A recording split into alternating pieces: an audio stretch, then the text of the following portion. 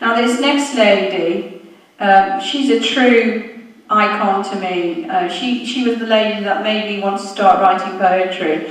I've known her through the Royal Age Show for about 15 years now, and she's well published, she's well known, she's really a great poet. Can you put your hands together for Miss Ellie Dunne, please?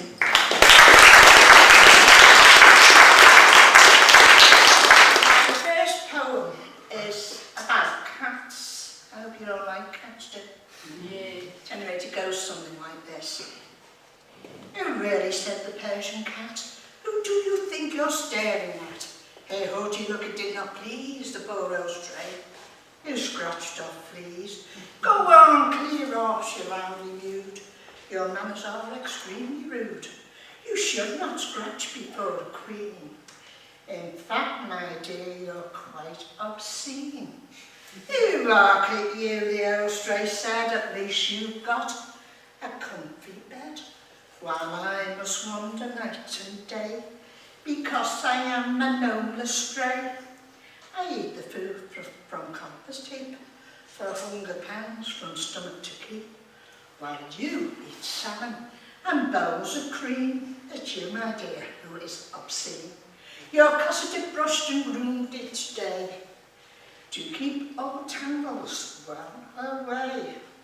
You're nothing but a selfish cat, and that, my dear, is simply that. I'm off now, but you won't be pleased. I've left you with a load of fleas. Some pregnant mothers, I do declare, preferred your nice long silken hair. Thank you.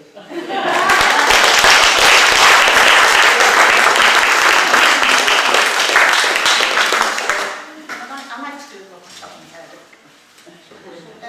The next one will be school reunion. We've all had them, haven't we? Been back, seeing all the old guys you used to know, etc. Goes something like this. I used to play with you. Do you remember? Bursting tar bubbles with a bit of stick, sailing matchsticks down a flooded gutter, scrumping apples, sometimes being sick.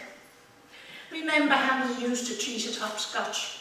You always used to jump a square or two, especially when you thought I wasn't looking. Remember? Yes, you must, because I do. Remember how you used to shout, show us your knickers, which really wasn't the nicest thing, words from you. And when you called me Lucy Lassick, well, I thought it quite fantastic. Remember? Yes, you must, because I do.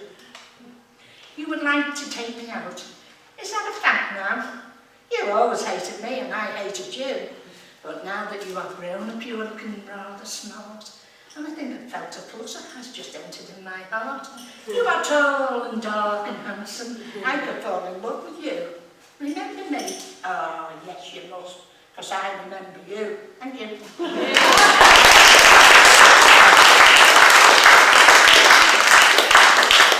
I wrote one this morning and I called it bloaters.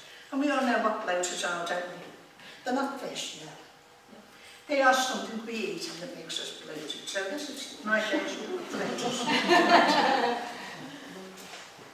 Beware of the bloaters, the food that makes you fat, that mingle round your taste buds and lodge beneath your hat.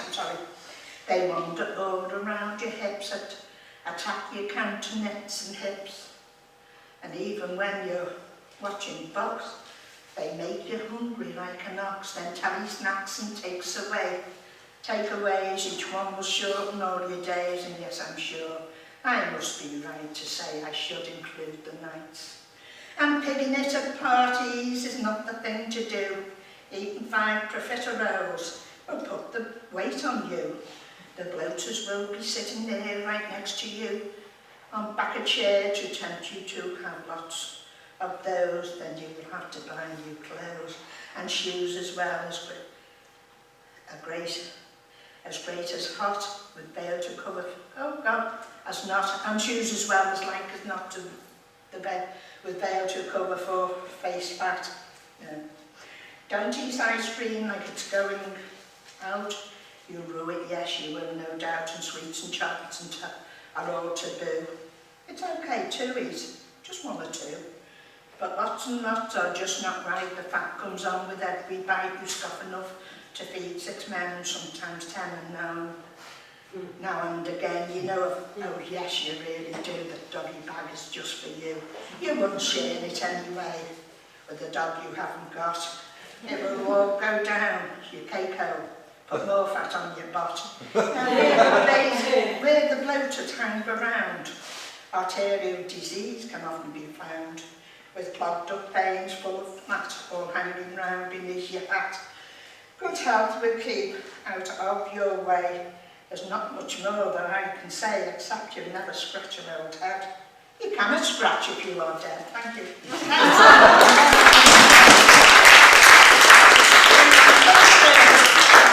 I'm going to do a monologue for you. This is my last one. I'll do Grandad's Work. I always do the old ones if I can, because I've memorised them also.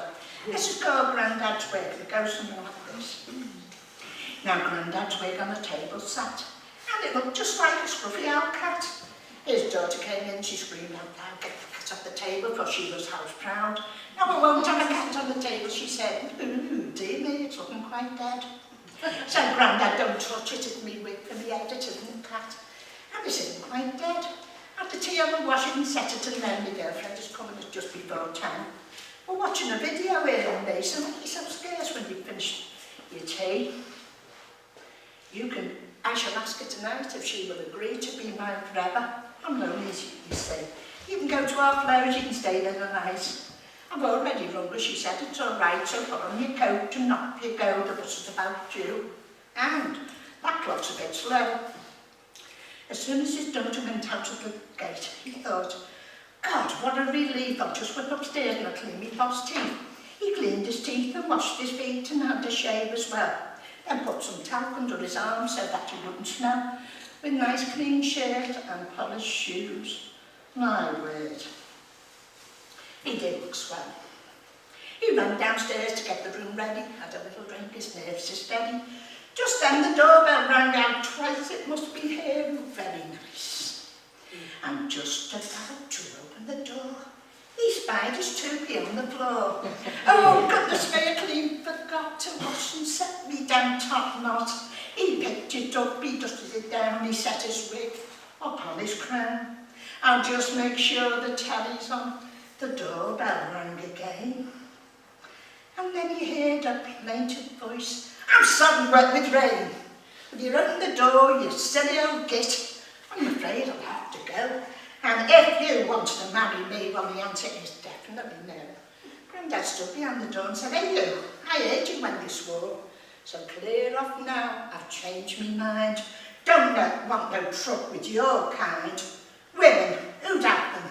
Certainly not me. I'd sooner watch me telly with a nice hot cup of tea." Thank you. Yeah.